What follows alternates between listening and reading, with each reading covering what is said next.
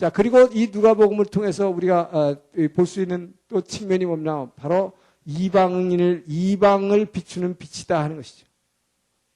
이 누가복음에서 비춰지는 예수님의 모습은 이 복음서의 저자들이 마태와 요한은 유대인들이지만 이 마가도 이제 유대인이지만 헬라 말을 잘하는 사람이고 누가는 완전히 이방인이고 그런데 어쨌든 이 관심들이 이 누가는 이스라엘의 회복에만 있는 것이 아니라 상주에 가서 보니까 모든 세계를 다 하나님이 사랑하시고 반드시 회복해야 되는 이방을 비추는 빛이라고 하는 것에다가 초점을 맞추고 있다는 것입니다.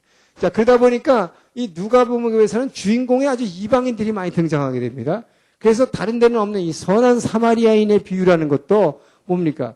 유대인이 아니잖아요. 진짜 너희 중에서 진짜 이웃이 누구냐, 참 이웃이 누구냐를 예수님이 얘기하면서 왜 사마리아인을 들까요? 왜 이방인을 드는 것입니다. 그래서 이 이방인이 너희들이 정말 아브라함의 후손이라고 너무 재지 말라는 거예요. 그것이 너희들 그것 때문에 너희들이 망하고 있으니까 오히려 이방인의 모습, 이 진짜 친구가 누구고 진짜 이웃이 누군가를 배우라. 자, 그리고 똑같이 병 고친 사람 많이 있었지만 문둥병자 예를 들면서도 뭘 얘기 듭니까? 10명의 문둥병자를 고쳤는데 오직 예수께 감사한 이는 이방 사람이다 하는 것입니다. 이것을 계속 강조해요. 그리고 이 누가복음에서는 비유를 들으면서 또 그렇게 돼요.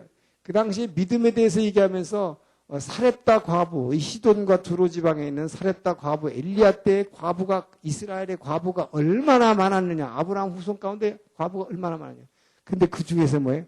사렙다 과부만한 그런 믿음을 누가 보겠느냐는 것이요. 자기 먹을 게 다 떨어져가지고 지금 3년 동안 기근이 얼판인데 지금 아무것도 먹을 것 없는데 밀가루, 가루 한 줌하고 기름 한 모금 남은 걸 가지고 자기 아들하고 그거 떡 한 덩어리 먹고서 죽으려고 그랬는데 그거를 달라고 하는 참 엘리야도 참 대단하지만, 그 하나님께서 네가 이대로 나에게 주게 되면 하나님께서 3년 반 동안 앞으로 기근 동안 너의 가정에 이 밀가루 반죽이 계속 채워질 것이고 기름이 채워질 것이라고 하는 그것을 믿음으로 받아들였던 그 믿음을 칭찬하시는 예수님이에요.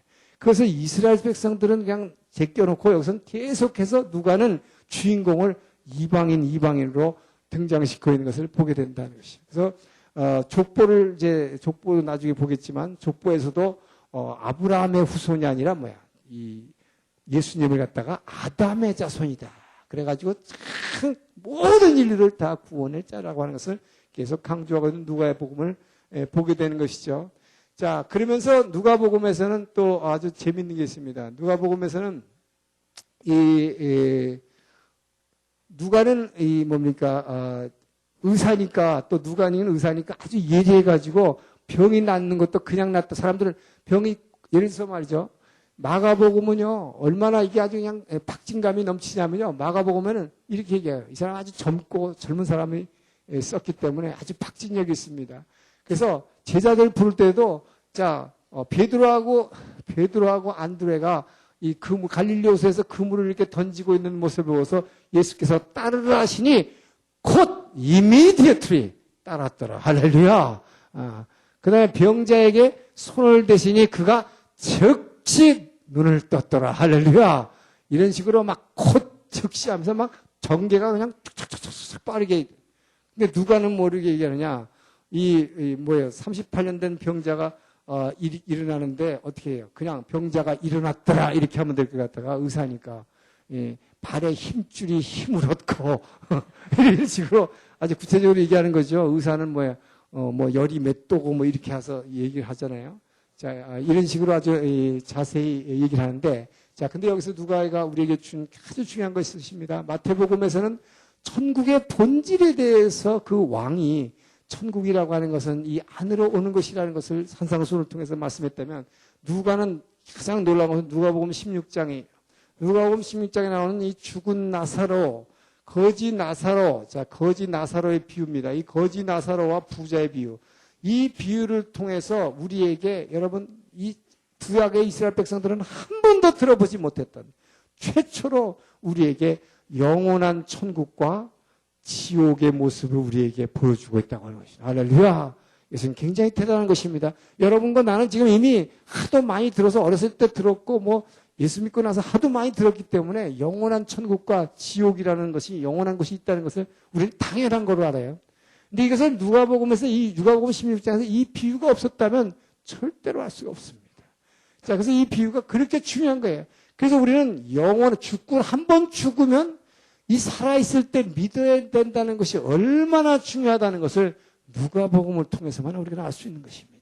자, 그래서 이게 죽고 나니까 우리가 거지 나사로는 이 천국에 가 있고 낙원에 가 있고 이 부자는 뭐예요? 이 지옥에 가 있다 이 말이에요. 근데 지옥에 가면은 정말 목이 탄다. 유황불에서 막 끓는 불에 고통받고 있다는 모습을 바로 이 비유를 통해서 예수님이 말씀하신 것입니다. 자, 뭐라고 얘기합니까? 목이 너무 말라가지고 죽을 지경인데 이 부자가 저 위를 쳐다보니까 저 위에는 뭐예요? 나사로가 그것도 혼자 있는 것도 아니라 아브라함의 품에 탁 안겨 있는데 그 앞에는 멋진 시냇물이 흐르고 있는 거예요. 그러니까 내 목이 너무 타니까 저 나사로의 새끼손가락으로 그 물을 찍어서 내 혀를 서늘하게 하소서라고 아브라함에게 기도하는 모습이 나옵니다. 자, 이렇게 기도하는데 이 기도는 거절되는 것입니다. 자, 이것이 얼마나 비참한 거예요. 이 기도가 거절되죠. 못 받는다 이거죠. 왜요? 여기하고 너 있는 곳에는 큰 expense, 이게 뭐예요? 큰 궁창, 큰 공간이 있어가지고 건널 수가 없구나. 도와줄 수가 없다는 거예요. 그러니까 그때서야 이 부자가 회개하고 뭐라 그럽니까? 그렇게 되면 나는 이미 베린 몸이니까 내 동생들이 5명이나 있는데 저 죽은 나사로를 내 동생들한테 보내서 너 살아서 예수 안 믿으면 나같이 돼. 큰일 나. 얼마나 고통받잖아. 그것도 영원토록 고통받는다. 제발 좀 가서 얘기해 주십시오. 근데 그 기도도 거절되는 것입니다. 뭐예요? 죽은 사람 보내갖고 되는 게 아니라 이 세상에 이미 많은 선지자들을 통해서 또 모세의 율법을 통해서 이미 말씀이 주어졌으니 모세의 말씀을 들으라. 그런 것입니다. 할렐루야. 여러분, 그래서 여러분, 이 비유가 있기 때문에 누가복음에서 예수님이 그 천국과 지옥에 대한 영원한 천국과 지옥의 그림 모습, 이 그림을 우리에게 처음으로 보여주셨기 때문에 여러분들이 뭐예요? 여러분의 부모님들이 예수 안 믿으면 어떻게 해서라도 예수 믿게 만들라는 거예요. 왜? 죽고 나면 기도해도 들어줄 수가 없기 때문이다. 기도 자체 거절되기 때문에. 할렐루야. 예. 자, 얼마나 참 이 귀한 복음서입니까? 또 여기다가 이 탕자의 비유를 통해서 이 한 사람이 죄를 짓고 죄인이 한 번 죄 짓고 난 그 결과는 고통이다. 근데 이 고통 가운데서 아버지께로 돌아오는 회복의 과정을 아무도 간섭하지 않고 스스로 아버지의 사랑을 깨닫고 돌아오는 그 이야기를 통해서 이 구원의 과정을 아주 기가 막히게 설명하고 있는 것이 이 또 누가복음인 것이죠. 이렇게 누가복음은 바로 이런 측면을 우리에게 보여주고 있다고 하는 것이다. 자, 이렇게 그 다음에 이제 요한복음인데 이 요한복음이 이제 중요하죠. 자, 이 요한복음은 이 공간복음과 아주 다른 견해를 가지고 있습니다. 그러니까 이 땅에 오신 예수님의 모습을 우리에게 비춰주는데 아주 다른 모습으로 보여주고 있다. 자, 그분의 모습을 우리에게 보여주는데 요한복음은 어떻게 보여주고 있느냐? 아주 완전히 색다르게 보여요. 자, 이 땅에 오신 예수님을 어떻게 탄생해서 살았고 어떻게 부활하셨느냐는 얘기를 하지 않고 요한복음은 이 땅에 오신 예수님이 아예 본질이 그분이 누구냐? 그분의 본질은 누구냐? 예수님이라는 게 도대체 어떤 분이냐는 거예요. 그분의 본질을 갖다가 얘기하는데 마치 뭡니까? 예수님이 이 땅에 아버지가 하나님 아버지는 수염이 막 이렇게 나고 여기가 펄럭이는 이 눈썹 이런 할아버지가 돼가지고 아기를 되게 기다리고 있는데 어느 날 드디어 아기가 하나 탄생했어요. 말구유에. 그러니까 이때부터 하나님의 아들이 생긴 거야 하는 거예요. 그게 아니라는 것이죠. 바로 그 하나님이 이 땅에 오신 예수님은 그때부터 하나님의 아들이 된 게 아니라 태초부터 in the beginning 이 세상을 창조하기 전에 태초에 말씀이 계시라. 할렐루야. 바로 그분의 본질을 파고드는 기쁘다 구주오셨네 이 땅에 탄생하신 예수의 모습은 전혀 없고 스케일이 엄청나게 큰 복음서다. 아예 그냥 천국으로 미리 하늘나라로 올라가면서 여러분은 우리를 갖다 끌러 올라가는 거예요. 그래서 그때부터 시작되는 그 아들의 이야기를 하고 있다. 할렐루야. 엄청난 이야기죠. 그래서 태초부터 아버지와 함께 계셨던 아들 하나님, 할렐루야. 그래서 이 아들과 아버지가 하나 되심을, 삼위일체 하나님을 처음으로 우리에게 그림으로 보여주는 이야기가 요한복음입니다. 그렇기 때문에 요한복음이 얼마나 귀한 복음서인가 하는 걸 알 수 있다는 것입니다. 바로 이 삼위일체 하나님을 우리에게 보여주신다는 거예요. 이 삼위일체론에 대해서는 나중에 이제 설명을 하겠습니다. 자, 그리고 이제 이 요한복음의 전개를 보면요, 어떻게 전개가 되느냐 하면 아주 달라요. 이 세 복음서하고는 아주 보는 시각이 다릅니다. 이건 뭐냐? 이 복음서가 요한복음은요, AD 이 90년대로 보고 있습니다. 그러니까 제일 뒤죠. 누가복음이 60년대 후반이라면, 자, 보십시오. 여기 보면 전부 다 중에서 얼마나 한 20년 후에는 쓰여진 거예요. 이 복음서. 그러니까 요한은 마태, 마가와 누가가 쓴 복음서를 다 보았을 것이라고 추측합니다. 추측하는 게. 다 보았을 거예요. 근데 이들이 복음서 썼어요. 예수님에 대해서. 근데 이 두 사람은 제자가 아니지만, 참 잘 썼구나. 아마 요한은 그렇게 평가했을지 몰라요. 그런데 요한은 이걸 보면서도 뭐야? 내가 복음서를 쓰지 않으면 안 될 특별한 이유를 분명히 느꼈다는 것입니다. 그런데 그래서 요한은 뭘 얘기하고 싶었느냐? 이 땅에 오신 예수님의 본질은 하늘나라에서부터 그분은 아버지하고 같으신 그분인데 그 삼위일체 하나님을 얘기한 다음에 뭘 얘기하느냐? 이 땅에 대해서 이 땅에 오시고 나서도 어떤 하나하나의 사건 얘기를 하는 게 아니라 이 사건의 전개로 얘기하지 않습니다. 그러니까 사건의 전개보다는 뭘 얘기하느냐? 이분은 한 사람 한 사람의 인격적인 만남을 이야기하고 있다. 만남의 이야기다 하는 것입니다. 자, 그렇기 때문에 이 요한복음을 보십시오. 2장부터 봐서 1장에서 예수님을 소개한 다음에 2장부터 바로 누굴 만납니까? 니고데모와의 만남의 얘기로 시작해요. 만나고 나면 반드시 그는 예수를 증거하기 시작한다는 것이네. 요한복음의 스토리는 전부 이런 식으로 전개가 되고 있어요. 예수님을 만나면 그는 반드시 예수를 증거하는 자가 된다. 만나면 증거하는 자가 된다.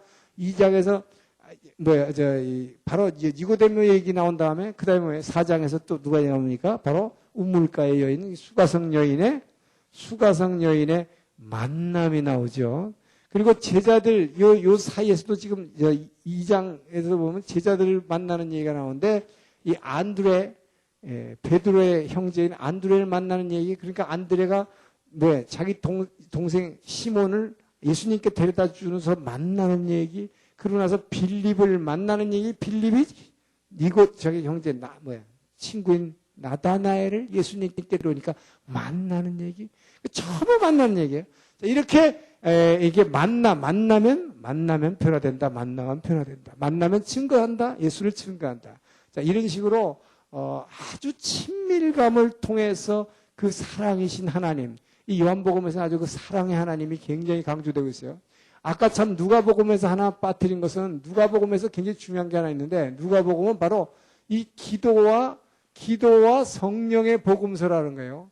누가복음에서는 여러분 이걸 빼뜨리면 안 됩니다. 누가복음에서는 기도가 제일 강조되고 있고 기도에 대한 비유가 제일 많이 나오고 있는 게 누가복음이에요. 그래서 이 예수님이 세례받고 올라오실 때 성령이 비둘기 같이 임하는 건 다른 사복음서에는 전부 다 그렇게 얘기했어요.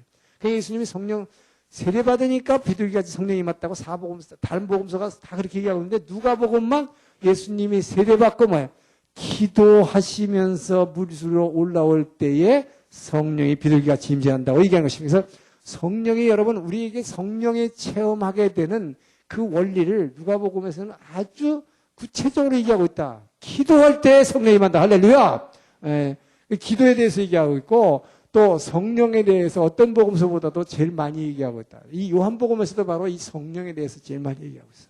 그래서 성령이 가장 강조되는 게 누가복음과 요한복음인데 특별히 누가복음에서는 기도와 관련돼서 기도에 관한 비유가 11장에도 나오고 18장에도 나오고 그래서 기도할 때 예를 들어서 친구의 비유를 들어서 밤에 누가 손님이 왔는데 친구네 집에 가서 떡 3덩이 빌려달라고 그랬는데 막 두들기잖아요. 그죠? 그러니까 그 친구가 왜 그 떡을 빌려줍니까? 친구기 때문에 빌려주는 게 아니라 강청함을 인하여 제발 빌려달라고.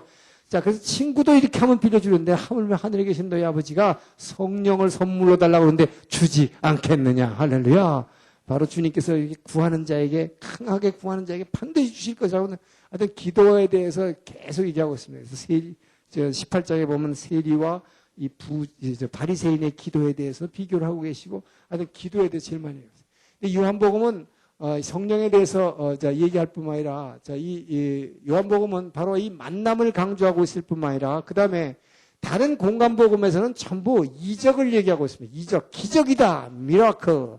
이 미라클이라는 표현을 안 쓰고 이 이적이라는 표현 대신에 요한복음에서만큼은 표적이라는 말 씁니다. 이게 뭐 그거 같아, 한국말로는. 그게 아니라, 근데 영어로 하면 완전히 달라집니다. 이 미라클이라는 것 같고 이 사인이라는 것은 아주 다른 거예요. 사인이라는 건 뭐냐? 예수님께서 이렇게 놀라운 이적들을 행하시지만 이 이적을 사인이라고, 표적이라고 요한복음에서 얘기하는 것은, 이 표적이라는 건 뭐냐? 표적은 뭔가 신호를 계속 보내는 것입니다. 깃발을 막 흔들든지 손으로 막 이러든지 해가지고 뭔가 신호를 계속 보낸다는 얘기예요. 그러면 똑같이 뭐예요? 이 오병이의 기적을 행하고 소경이 눈을 떴다. 그러면 요한문은 뭘 얘기하고 있냐? 다른 공간복음에서는 그것을 그냥 하나의 사건으로 쭉 기록을 하고 있는 것입니다. 객관적으로. 근데 요한은 뭐라고 하냐? 이것을 사인이라고 하는 것은, 말하자면 요한은 그 사건 현장에서 옆에서 이렇게 보고 있는 것처럼 하고 있는 거예요. 그래서 당신 말이야, 지금 그 사람으로, 당신 지금 읽고 있지, 지금 예수님이 그 소경에 지금 눈을 뜨게 했는 걸로도 당신이 지금 읽고 있는데, 요한이 지금 옆에서 보고 있는 거예요. 여러분 성경책 읽을 때. 그래서 마치 뭐라고 했냐? 너 그 사람으로 오신 그분이 지금 그 소경을 고쳤는데, 그 사람이 고친 것이 그게 그냥 미라클, 이적이니까 너 입만 딱 벌리고 그러고 있지 말고, 그분이 바로 너한테 지금 사인을 보내고 있다. 뭘? 그분이 살아계신 하나님이다. 하나님이다. 그 사람의 모습으로 오신 그분, 네가 지금 보고 있는 사람이 바로 하나님이야. 하나님이야. 이 얘기를 하고 있어요. 요한의 아주 특징입니다. 그래서 요한은 아주 직접적으로 우리에게 끊임없이 그분이 하나님이다. 그분이 하나님이다. 사람같이 보이지만 그분이 하나님이다. 예, 그래서 지난주에 잠깐 얘기했지만 제가 요한복음 10장을 보면서 거기서 이 수전절에 예수님이 이 솔로몬 행각에서 거닐다가 사람들이 막 둘러싸고서 당신이 메시아면 빨리 얘기하라고 그랬을 때 예수님이 메시아라고 내가 메시아라고 이미 얘기했는데 너희 믿어주지 않는다고. 그러면서 나를 믿으라. 나를 믿지 못하게도 내가 행한 일이라도 보고 믿으라. 내가 선한 일을 하는데 왜 나를 이렇게 박해하느냐. 그러니까 네가 선한 일을 하는 것 때문에 박해하는 게 아니라 네가 하나님이라고 하니까 이 참남함을 인해서 우리가 너를 비난한다고 얘기하는 거죠. 이런 논쟁을 계속 벌이는 가운데서 바로 요한은 그런 일을 왜 우리에게 기록하고 있느냐. 그분이 사람으로 지만 그분이 하나님이다. 그분이 하나님이다. 예. 그래서 이거를 우리에게 끊임없이 요한은 우리에게 강조하고 있다고 하는 것입니다. 자, 그래서 이 요한복음의 특징, 요한복음의 특징은 특별히 이 삼위일체 하나님을 강조하는 그분이 사람이지만 하나님이다 하는 것을 하여튼 가장 강력하게 우리에게 이야기를 하고 있고, 아주 직접적으로, 그리고 이 공간복음보다도 사도 요한은 천국이라고 하는 것이 예수님이 이 땅에 오심으로 말미암아 천국은 즉각적으로 이 땅에서 누릴 수 있는 것이라는 것을 계속해서 강조하고 있는 것이 요한복음이다 하는 것입니다. 자, 사도행전이 왜 필요한가에 대해서는 사도행전이 없으면 뭘 모르겠어요. 초대교회가 어떻게 탄생했는지, 교회 탄생사를 알 수가 없고, 바울이 어떻게 예수님을 만났으며 바울의 성장 과정이 어떻게 됐으며 또 이 초대교회가 어떻게 확장이 됐고 부흥했고 이것이 어떻게 전파가 됐고 전 세계로 뻗어나갔는지 이것을 알 수 없었을 것입니다. 그래서 사도행전이 귀한 것은 바로 이 성령님이 이 땅에 오셨다는 것. 성령님이 이 땅에 예수님이 약속하신 대로 몇 날 만에 기도한 지 열흘 만에 분명히 오셨고 그 오셨으로 말미암아 교회가 탄생했다. 그래서 교회의 탄생과 교회의 확장의 모습을 보여줬다는 것이죠. 자, 그러면 이 역사서라고 하는 거, 신약의 역사서라는 건 결국은 예수님의 이 사복음서와 사도행전. 그래서 주 예수를 믿으라. 그러면 너와 내 집이 구원을 얻으리라. 자, 바로 이 복음서 네 권의 아까 특징을 얘기했지만 이 복음서에서 가장 공통된 게 뭡니까? 제가 그냥 특징적으로만 이 마가복음에서 예수님의 이 고난의 종으로 오신 모습을 얘기했다고 했지만 결국 복음서라는 건 뭐예요, 여러분? 복음서의 가치는 뭡니까? 바로 십자가인 것입니다. 분명히 하시기 바랍니다. 복음서에 십자가 빠지면 아무것도 없어요. 결국 중요한 것은 복음서는 바로 우리의 죄를 대신해서 십자가를 지시지 않으면 안 되셨던 그 예수님을 우리에게 소개하고 있는 것이 복음서다 하는 것이. 이것이 진짜 복음이에요. 우리는 죄인이라고 하는 거. 그렇기 때문에 회개하라! 천국이 가까웠느니라. 우리는 죄인의 모습을 먼저 회개할 때에 그 하나님 나라가 우리에게 임한다는 것이 복음서다는 것입니다. 그래서 우리 죄를 위해서 오신 그 십자가를 우리가 바라보고 그분을 믿음으로 주는 그리스도시요 살아계신 하나님을 믿습니다.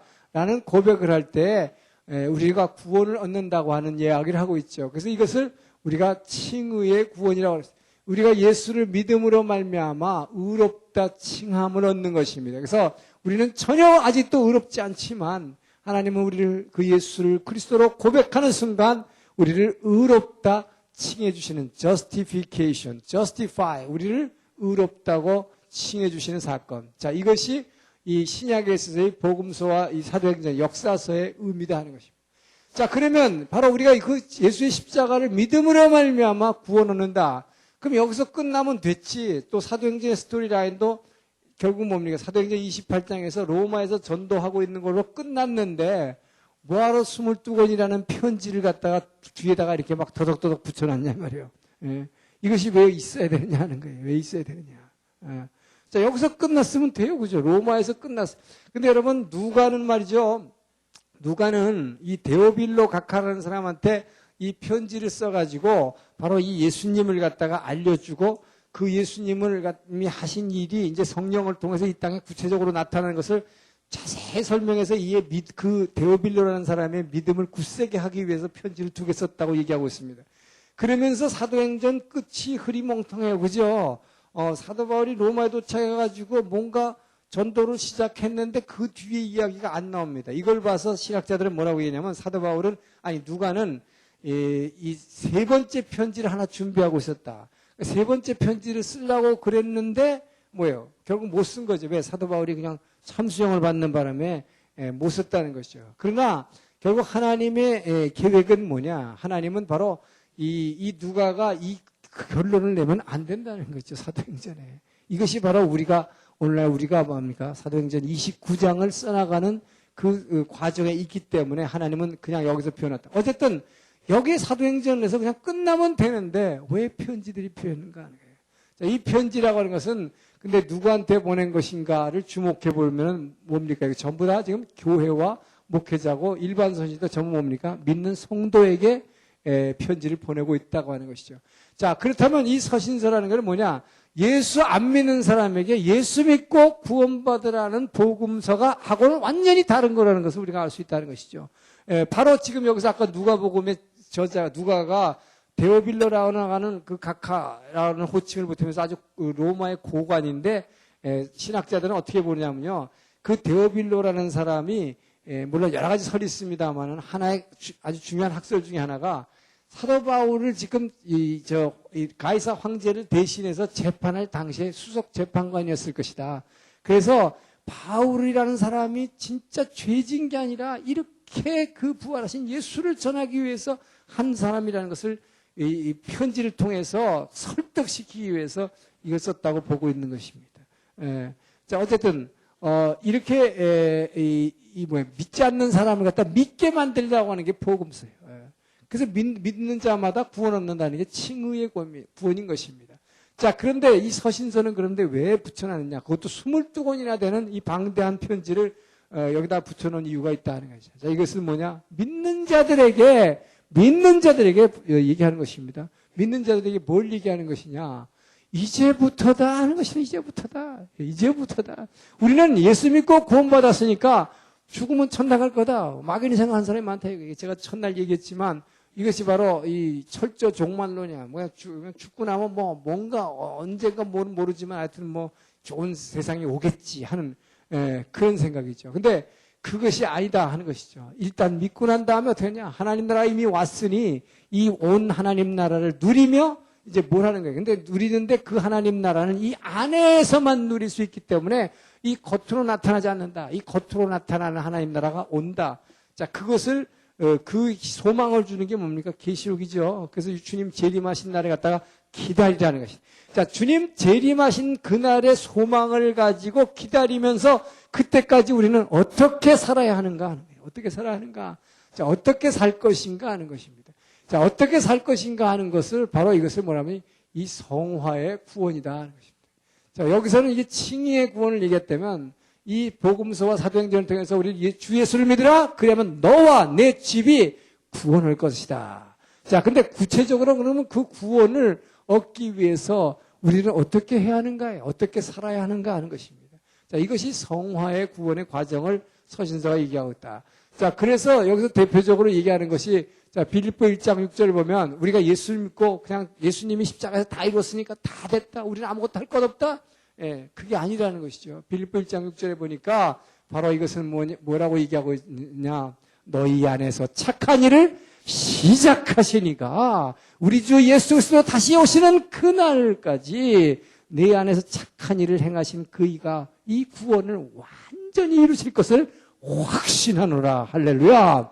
바로 주님 다시 오실 날이라고 하는 그 목표 지점이 하나가 또 있고 그것을 향해서 이제 뭐야? 착한 일을 막 시작한 것이다. 그래서 우리가 예수를 믿음으로 주는 그리스도시요 살아계신 하나님의 아들을 믿습니다. 예수 십자가를 믿습니다. 십자가를 바라봅니다. 자, 이 고백은 뭡니까? 이제 구원의 시작이다 하는 것이다. 자, 그래서 제가 많이 표현하는 것입니다만은 이 시작이 뭐냐. 그래서 우리가 예수 믿고 이제 교회에 들어왔으면 이제부터 뭐하냐. 국민학교 1학년 입학한 것이다. 이 성화학교에 1학년으로 입학한 것이다. 그래서 옛날에 국민학교 1학년 들어가면 어떻게 했어요? 여기다가 수건을 갖다가 하나 이렇게 달았단 말이에요. 왜 수건 달고 다녀서 옛날에 그냥 이 코가 그냥 1m나 이렇게 내려왔죠. 예, 영양 부족이라서 그렇대요. 예, 그래서 하여튼 이 국민학교 1학년 들어왔어요. 그래서 이 하나 둘 셋 넷 하고 걸었던 생각이 나는데 우리가 예수 믿고 구원받으면 이제 이 시작 1학년생 된 것이다. 이제부터 거룩하게 변화되는 과정 학교에 들어온 것이다. 그래서 사도 바울이 얘기하는 것이 빌립보 2장 12절 13절 말씀 그런즉 너희는 두렵고 떨림으로 이 예수님이 십자가에서 이루신 이 구원을 너희 안에서 성취하라. Accomplish your salvation. 주님께서 십자가에서 이루신 이 놀라운 구원을 너희 삶 가운데 완전히 성취하라는 것입니다. 이 구원을 붙잡고 이루라고 하는 것입니다. 자, 근데 그것을 어떻게 이루느냐? 너희가 그 두려운 것 떨리는 마음으로 이 구원을 이루려고 말씀과 기도를 붙잡고 그렇게 나가면 너희 안에서 행하시는 이는 하나님이시니 그 하나님이 너희로 기쁜 소원을 두고 너희로 행하게 하시느니라. 할렐루야. 바로 그분이 우리 안에서 착한 일을 시작하셨다고 빌립보서 이것이 뭡니까? 아까 마태복음에서 얘기하는 이 구원은 하늘나라의 구원은 이 안에서 시작되는 것이다. 하늘나라는 천국은 이 안에서 시작되는 것이다. 그래서 그 하나님이 우리 안으로 찾아오셨다. 너희 안에서 착한 일을 너희 안에서 시작하셨고 우리가 두렵고 떨리는 마음으로 주님이 이루시는 구원을 이제 붙잡기 시작하면 이제 어떻게 되느냐. 너희 안에 계신 이 안으로 찾아오신 하나님께서 너희로 기쁜 소원을 두고 너희로 행하게 하시느니라. 할렐루야. 이것이 이스라엘 백성들과 다른 것은 이스라엘 백성들은 돌판에 새겨진 그 말씀을 붙잡고 어떻게 해서라도 내가 이걸 지켜보려고 막 내가 뒹굴어 보는 거예요. 그런데 안 되는 것입니다. 내 의지로는 이것이 안 되는 거예요. 그런데 뭡니까? 바로 성령을 우리 안에 부어주셔서 우리 안으로 찾아오신 그 하나님이 이 안에 돌짝밭을 깨고 이 안을 완전히 헷가닥 변화시키는 것입니다. 할렐루야.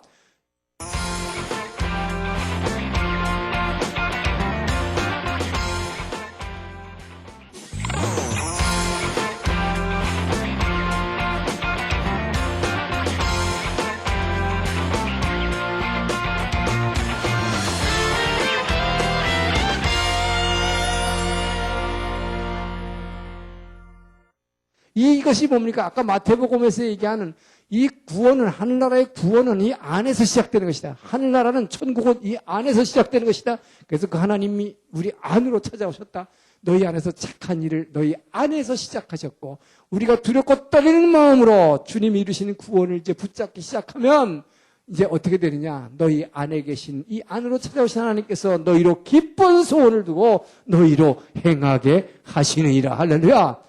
이것이 이스라엘 백성들과 다른 것은 이스라엘 백성들은 돌판에 새겨진 그 말씀을 붙잡고 어떻게 해서라도 내가 이걸 지켜보려고 막 내가 뒹굴어 보는 거예요. 그런데 안 되는 것입니다. 내 의지로는 이것이 안 되는 거예요. 그런데 뭡니까? 바로 성령을 우리 안에 부어주셔서 우리 안으로 찾아오신 그 하나님이 이 안에 돌짝밭을 깨고 이 안을 완전히 헷가닥 변화시키는 것입니다. 할렐루야. 이 안을 변화시킴으로 말미암아 너희 안에서 행하시는 이는 하나님이시니. 그래서 바로 이 새 언약의 약속이 새 영을 부어주심으로 말미암아 이 굳은 마음 돌짝밭을 확 와장창 깨우시고 이것을 말이야 좋은 밭으로 바꿔주시는 하나님. 할렐루야. 너희 안에서 행하시는 그 하나님이 너희로 기쁜 소원을 두고 너희로 행하게 하시니라. 바로 변화를 얘기하고 있다고 하면서 변화. 이 변화하는 것입니다.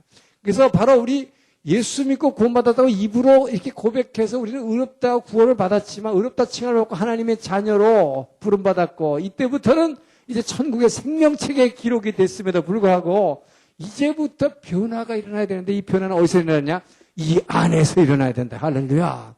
이 안에서 변화가 일어나지 않으면 우리가 예수 믿는다 그러면서 교회만 왔다 갔다 하지 절대로 우리의 삶 가운데서 천국을 누릴 수가 없기 때문인 것입니다. 그렇기 때문에 우리는 반드시 이 안을 변해야 되는데 그래서 여러분 성경을 왜 내가 지식으로 배워서는 안 되고 우리가 이 말씀을 영으로 임재시켜야 되냐. 이것이 바로 이겁니다. 이 변화라는 건 뭡니까? 이것을 트랜스포메이션이에요. 트랜스포메이션.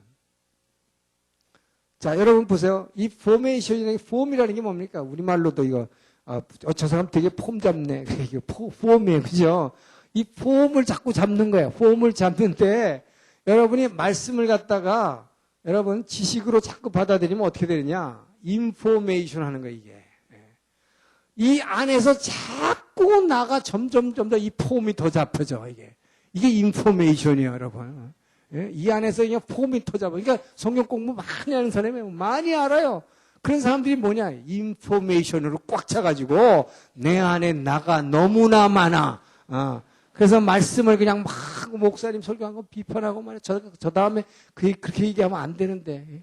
내가 다 알고 있는데 저분 틀렸네. 막 이러면서 비판하게 되네요. 그래서 이 인포메이션 하는 게 아니라 이 폼을 뭐예요? 완전히 바꿔버리는 것입니다. 그래서 이것이 바뀌어지려면 이 말씀이 영으로 임재할 때 이 안에서 너희 안에서 행하시는 하나님이시니 그 하나님이 너희로 기쁜 소원을 두고 행하게 하시는 거예요. 그렇기 때문에 이 말씀을 가지고 반드시 기도하지 않고는 변화되지 않는다는 것입니다. 그래서 제가 기도를 계속 강조하게 되는 이유가 여기 있어요. 자, 그러면서 이 변화인데 어떻게 변화되라 하는 것입니까? 이 뭐를 향해서 변화되라는 거예요. 자, 이것이 바로 에베소 1장 4절에서 5절 말씀이죠. 자, 이 창세전에 아버지께서 우리를 그리스도 안에서 택하시고 사랑 안에서 뭐예요? 거룩하고 흠없게 하시려고 우리를 거룩하고 흠없게 하시려고 창세전부터 우리를 짓기도 전부터 그리스도 안에서 여러분과 나를 예수 안에서 잉태하고 계셨던 아버지임을 믿으시기 바랍니다. 바로 창세전부터 그분은 예수 안에서 왜 우리를 거룩하고 흠없게 하시기 위해서 이 땅에 태어났을 때 육신을 입고 일어났을 때 우리가 예수를 고백함으로 말미암아 이제 의롭다 칭함을 받았지만 이제부터 뭐야? 거룩하고 흠없는 존재가 되게 하려고. 그래서 여러분 그 하나님이 여러분이 예수를 영접함으로 말미암아 자녀 삼으신 것은 이제부터 우리를 주님 보시기에 거룩하고 흠없게 하시려고 이 트랜스포메이션 하시려고 우리를 구원하셨다는 것입니다. 이것을 다른 말로 표현한 게 로마서 8장 29절 우리가 잘 아는 대로 뭐예요? 예수의 형상을 담게 하려고.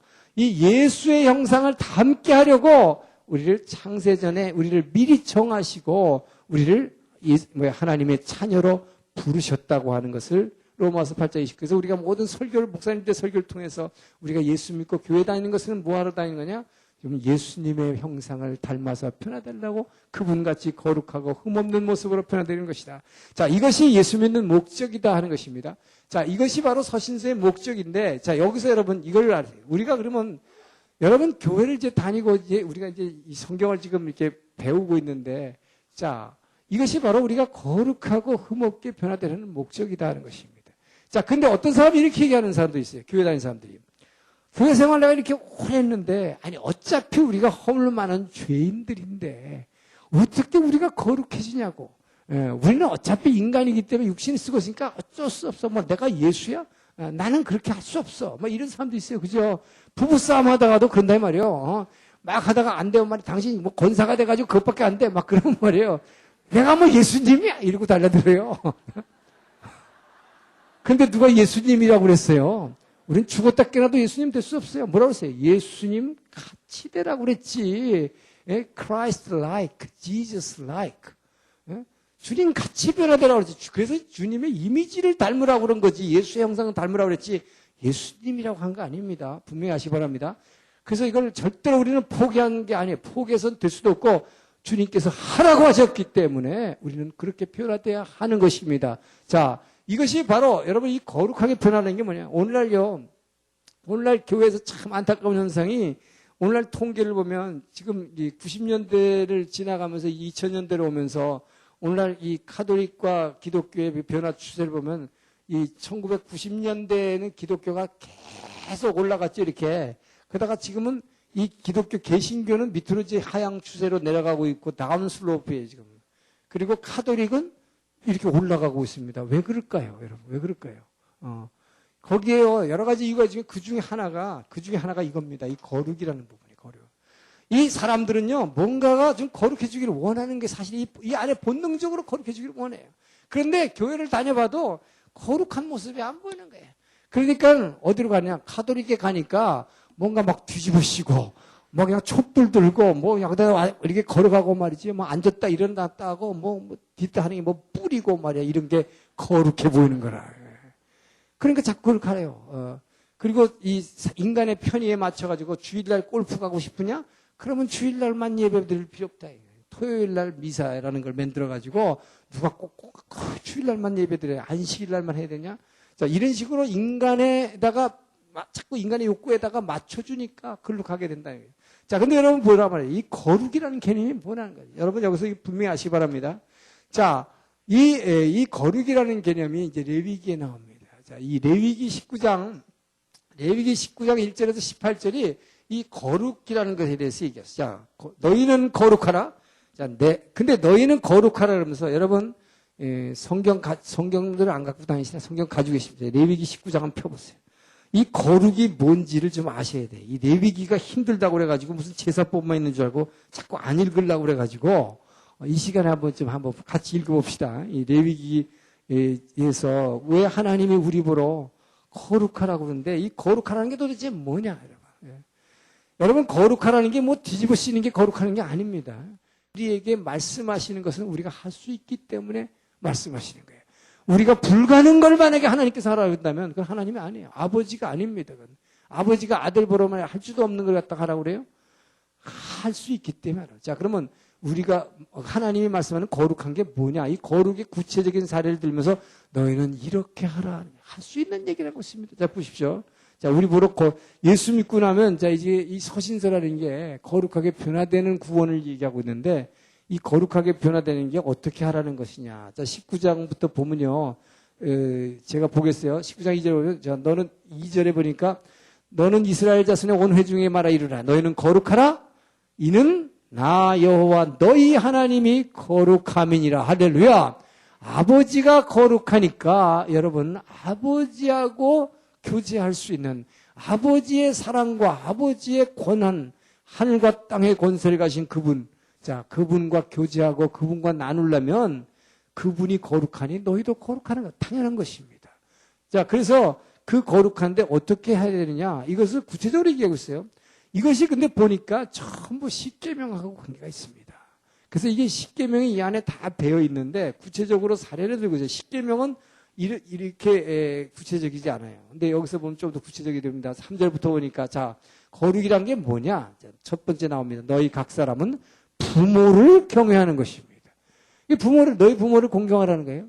여러분, 그래서 예수 믿고 난다면요. 여러분, 예수 믿고 나서 그냥 천국 간다. 의롭다고 구원했으니까 죽고 나면 그냥 천국 가? 여러분, 그냥 죽고 나면 천국 가는 거 아니에요. 여러분, 예수 믿고 나면 어떻게 해야 천국이 여러분 삶 가운데 이미 시작되는 줄 아십니까? 내게 주신 부모님을 공경하는 거예요. 정말 부모님께 순종하는 것입니다. 자, 근데 우리 한국에서는 뭐예요? 부모.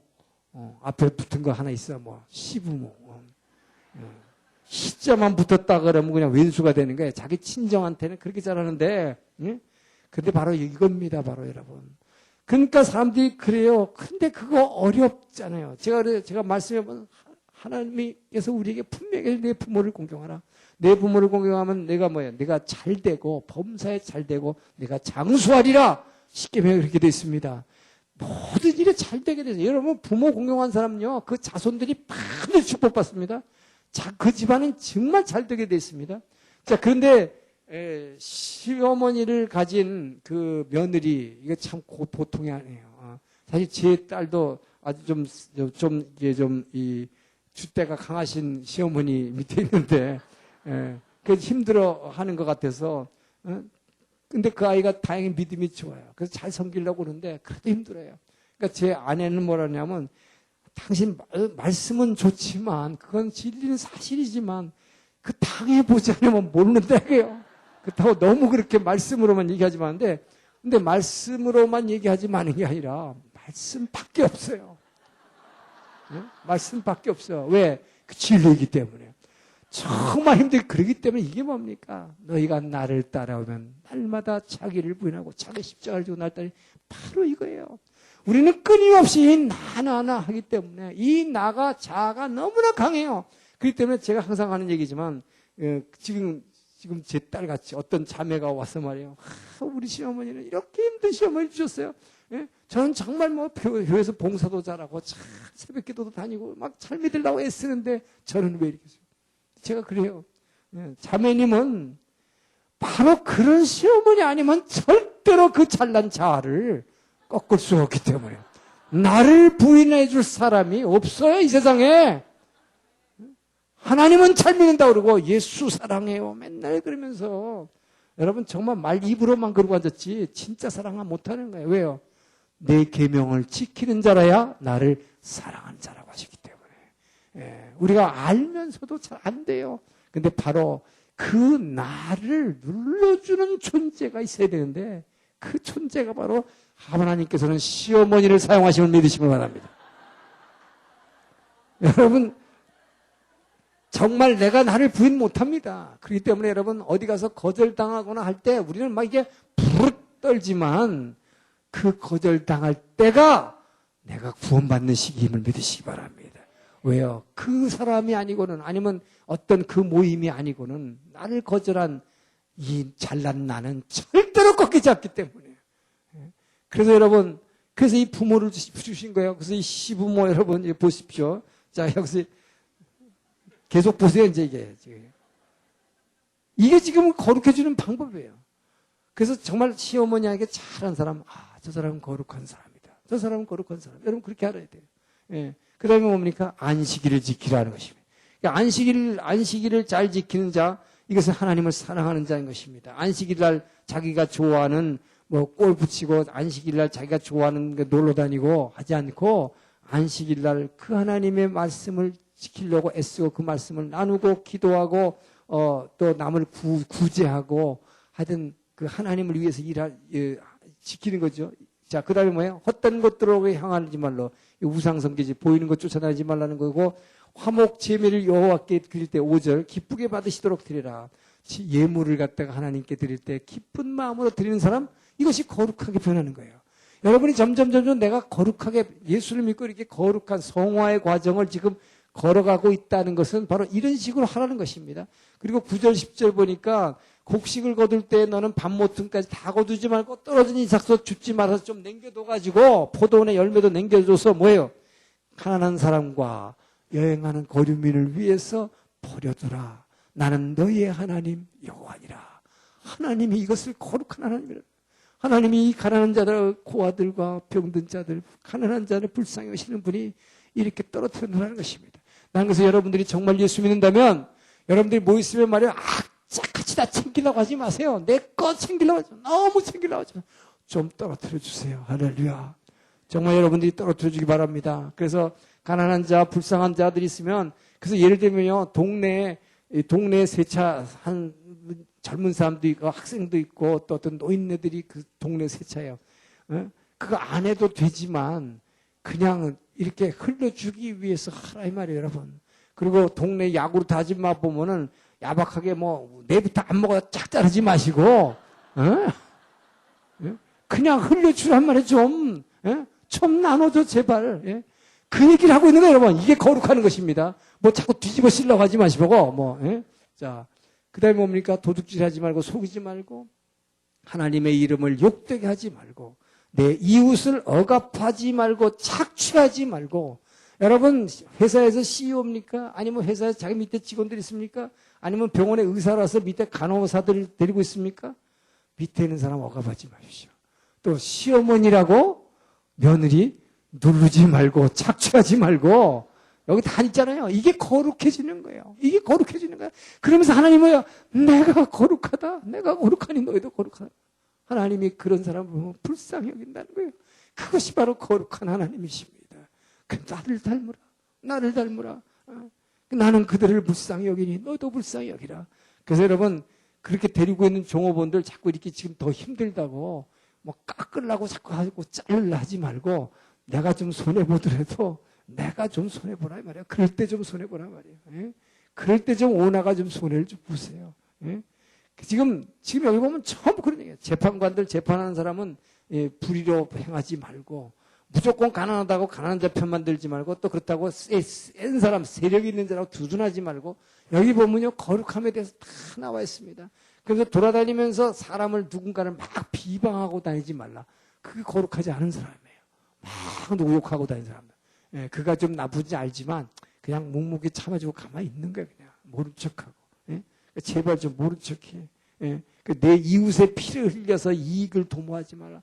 어떻게 생각하더라 말이죠. 내가 이번에 저 국장 자리에 올라가야 되는데 말이에요. 저 경쟁 달인데 저것들 그냥 발로 밟더라도 주여 집사님 날 기도해 주세요. 우리 구역 전부 다 기도해. 이번에 저 국장 돼야 되거든. 예? 저 사람도 예수 믿는데 어떡하지 근데. 예? 예? 누구를 찝어주면 하나님은 이렇게 다른 사람을 갖다가 그냥 팍 밟고선 이웃의 피를 흘려서 내 이익을 도모하지 말라. 예? 여러분 그래서 정말 거룩해지면요.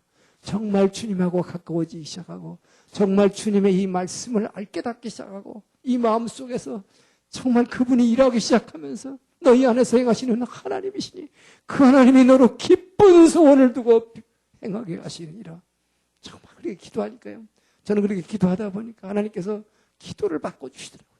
거룩한 게 뭐냐 하는 것을 저는 기도를 통해서 알게 돼요. 왜 이 말씀을 붙잡고 기도할 때 저도 그렇게 편하게 해달라고 날마다 기도하니까 그 주님께서 어떤 날 그러시더라고요. 제가 어떤 대사를 나갈 때 이제 제법 오래된 얘기입니다만 저도 어느 대사를 꼭 나가고 싶었어요. 근데 글로 나가려고 했더니 다른 사람들이 거기를 원하는 사람들이 있어요.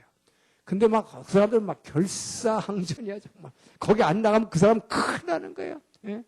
그러니까 제가 어떻게 기도하냐. 제가 방언으로 기도하니까 방언으로 막 기도하는데 제 안에서 제 영이 막 주님께 호소하고 있는데 그것이 통변이 막 나오는데 이렇게 기도하고 도저히 나는 그렇게 기도할 수가 없어요. 내 제정신 갖고는. 예? 그런데 바로 이 말씀이 안에 영으로 임재해서 이 말씀이 기도를 인도하니까 뭐라고 기도하냐. 주님 저는 그곳에 가지 않아도 좋습니다. 저는 그곳을 저도 가고 싶습니다. 정말 가고 싶습니다. 막 그렇게 얘기해요. 그러다가 금세 방언이 막 뭐라고 바뀌냐. 주님 저는 십자가를 질 수 있습니다. 주님 저는 그 십자가를 질 수 있습니다.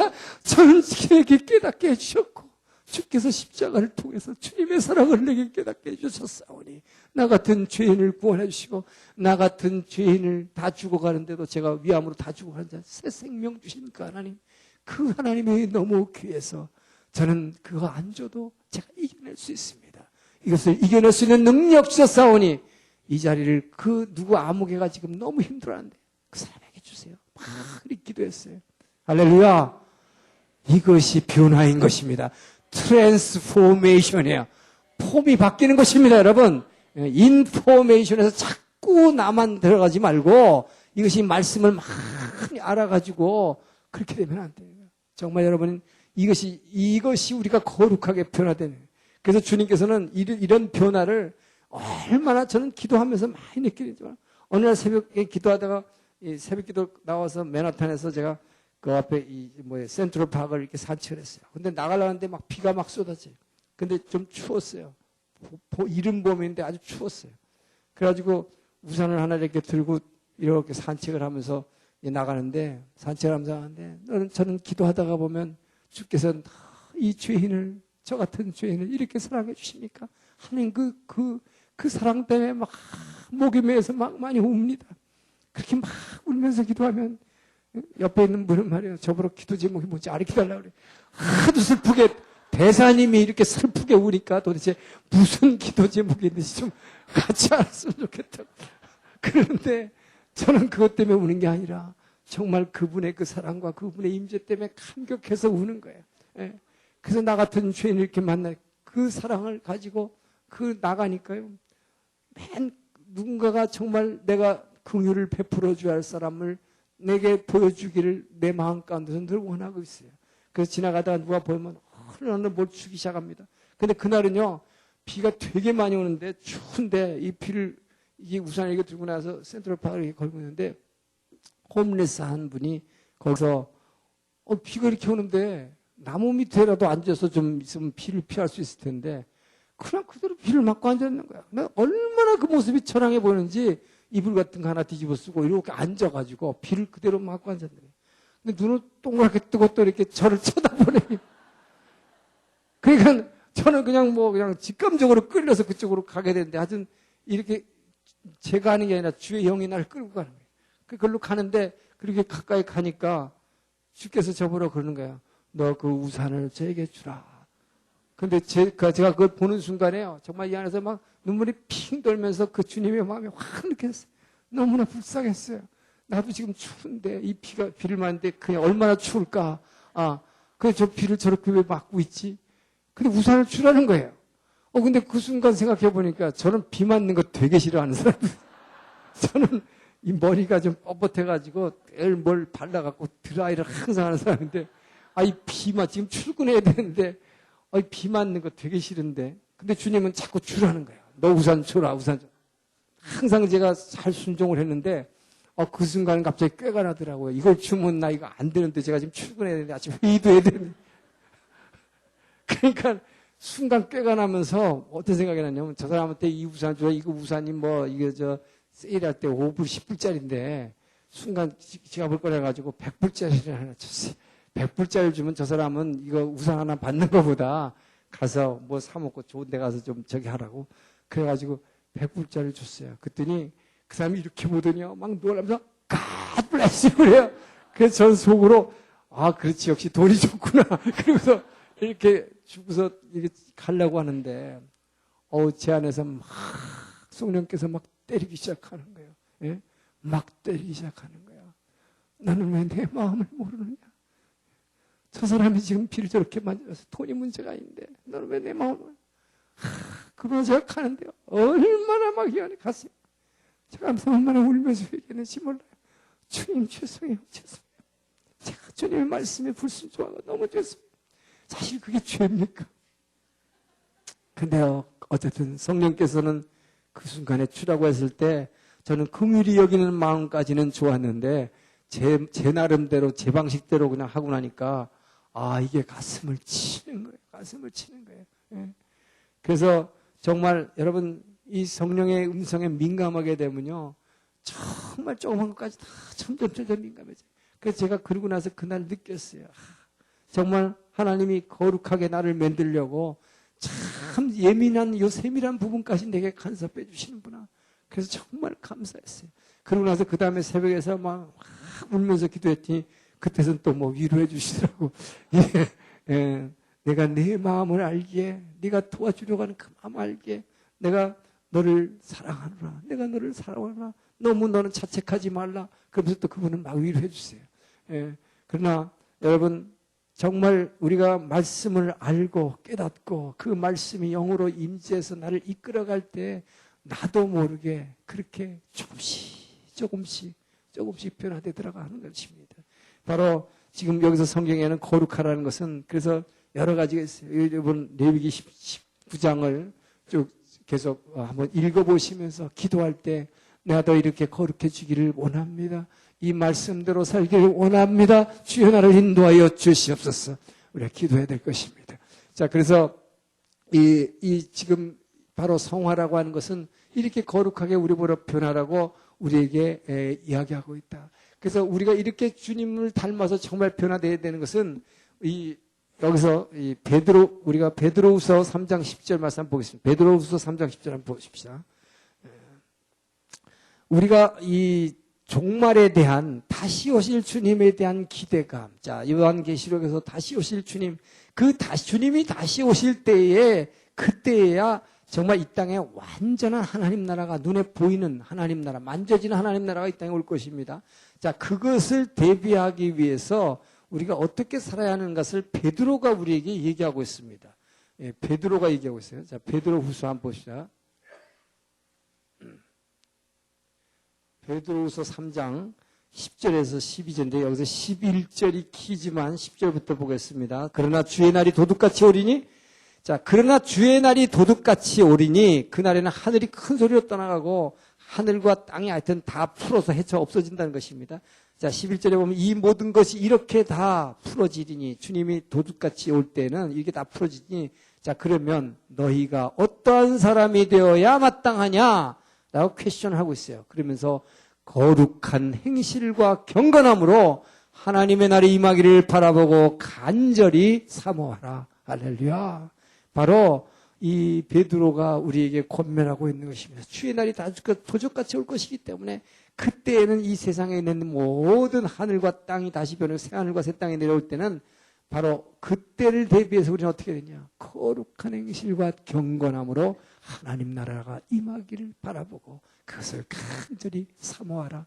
자, 그래서 그 사모함으로 우리가 변화되어 가는 과정, 이것이 바로 그 변화되는 방법을 이 서신서들이 제시하고 있는 것입니다. 우리가 예수를 믿고 이제 교회에 발을 들여놓고 매일매일의 삶을 시작하고 있지만 그 삶 가운데에서 여러 가지 상황이 발생하게 되는데 그 문제들이 일어나고 상황이 일어나고 어려움들이 일어나는데 그 상황 각각의 여러 가지 상황을 갖다가 어떻게 딛고 이겨내느냐. 그래서 바로 예수님을 닮아서 거룩하게 변화되느냐 하는 방법을 갖다 제시하는 게 서신서다 하는 것입니다. 자, 그래서 우리는 이 서신서를 갖다가 반드시 보면서 그 서신서를 통해서 우리가 닮아야 할 주님의 형상은 복음서를 보고 이 복음서를 본 다음에 이 서신서를 통해서 늘 다짐하고 이 서신서에서 가르쳐주는 대로 위로부터 내리는 능력을 힘입어서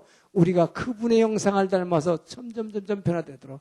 그래서 어떤 분은 그렇게 얘기합니다. 예수님은 우리에게 직접 예수님이 나를 닮아라 이렇게라고는 얘기하지 않았다. 주님은 그렇게 얘기를 하지 않으셨어요. 근데 예수님이 얘기하신 건 아니지만 바로 아까 레위기에서 얘기해서 하나님이 거룩하니 너희도 거룩하라고 분명히 얘기하셨고 바로 이 바울 서신들을 통해서 그리고 이 서신서들을 통해서 우리는 그분의 형상을 닮아서 변화되어야 한다는 것을 계속 강조하고 있기 때문에 우리는 그분을 닮아가야 하는 것입니다. 바로 우리가 이렇게 닮아서 변화되는 과정을 이 성화학교에 입학해가지고 이제 그분을 닮아서 변화되는 이 삶을 살아가려고 할 때에 내가 하는 것이 아니라 너희 안에서 너희가 바로 두렵고 떨리는 마음으로 이 구원을 이루려고 이 말씀을 붙잡고 엎드려 기도하기 시작할 때 너희 안에서 행하시는 하나님이시니 그 하나님이 너희로 기쁜 소원을 이루고 너희로 행하게 하시리라. 할렐루야.